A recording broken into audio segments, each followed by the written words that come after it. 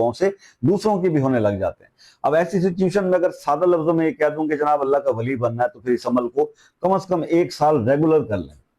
1 سال محنت والا کام ہے، لیکن جو میرے دوست بہن بھائی شوق رکھتے ہیں کہ ان کی زبان میں کوئی اثر آئے اور اللہ کی مہربانی ان پر خاص ہو، تو وہ خاص مہربانی کے لیے اللہ کا اسم ہے یا حسیبو۔ یا حسیبو جو ہے، یہ اگر آپ چاہتے ہیں کہ آپ کی ہر دعا قبول ہو تو یا حسیبو جو ہے وہ آپ روزانہ